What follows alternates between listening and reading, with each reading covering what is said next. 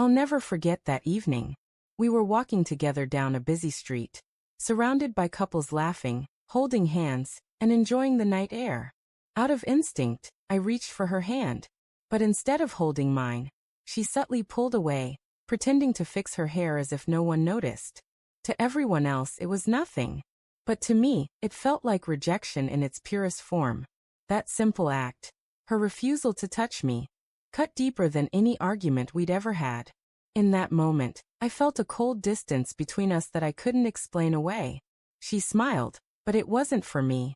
And for the first time, I wondered if the woman I married was already gone. If she belonged to someone else. That night was the beginning of the end, though I didn't know it yet. The signs had been there, quietly stacking up like bricks in a wall I couldn't ignore. She started working late, coming home with excuses that sounded rehearsed. Her phone was always in her hand, but turned face down when I walked into the room. Intimacy, once natural and warm, felt like a chore she avoided at every turn. I told myself I was overthinking, that every marriage had rough patches. But deep down my gut whispered something different. There was a distance I couldn't cross anymore. And every time I reached for her, emotionally or physically, it was like my hand passed through smoke. Still, I didn't want to believe it. Not yet. The real crack came one evening when she thought I was asleep. I heard her voice, soft and playful, speaking into her phone. She laughed, really laughed, in a way I hadn't heard in months. I got out of bed quietly and followed the sound to the living room. Her back was to me, her words muffled, but I caught enough. I miss you too. I can't wait until we're together again. My chest tightened.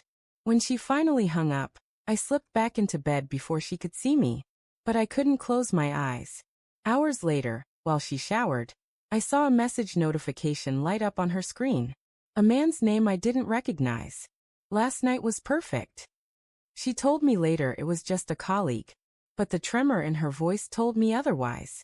From that moment on, I became an investigator in my own marriage.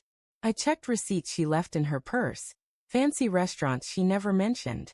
I scrolled through her tagged photos online. Half smiles and captions that didn't match where she claimed to be. One night, my worst suspicions were confirmed.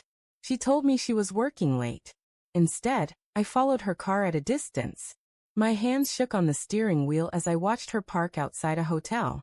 She stepped out, dressed as if for a date, not for work.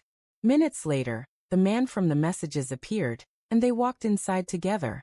I sat in my car for over an hour, staring at that glowing hotel sign, my stomach twisted into knots. That night, hope finally died. I knew better than to confront her without proof. Betrayal can twist into denial if you let emotions lead. So I gathered everything, the messages I photographed, the credit card charges for dinners, and the photos I took outside that hotel. Each piece of evidence was like a shard of glass cutting deeper into me. Printing screenshots of her words to another man, I felt physically sick. But I kept going. Because if she was going to destroy us, I wouldn't let her drag me into her lies. I put it all together in an envelope sealed tight, and waited for the right moment. Not just for me, but for everyone who deserved to know the truth. That moment came at her parents' house. We were gathered for dinner, her family around the table, the warm clinking of cutlery filling the air. She acted normal, laughing, pouring wine, pretending we were the perfect couple. I let her finish her charade before I pulled out the envelope. I think it's time everyone here knows the truth, I said, my voice calm but steady. The room went silent.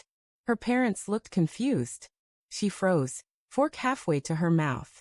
I opened the envelope and slid the photos and messages across the table. She's been lying. For months. Her mother's face went pale as she read the words her daughter had written. Her father's jaw clenched, eyes burning with anger. My wife stammered, her voice trembling. It's not what it looks like. But the evidence spoke louder than she ever could. For the first time in months, I felt lighter. The world she built came crashing down in seconds. Her parents looked at her with disappointment so sharp it cut the air. Her mother, tears brimming in her eyes, turned to me. Thank you, she whispered, her voice breaking. Thank you for telling us the truth. My wife buried her face in her hands, humiliated, exposed. She wasn't just my betrayer anymore.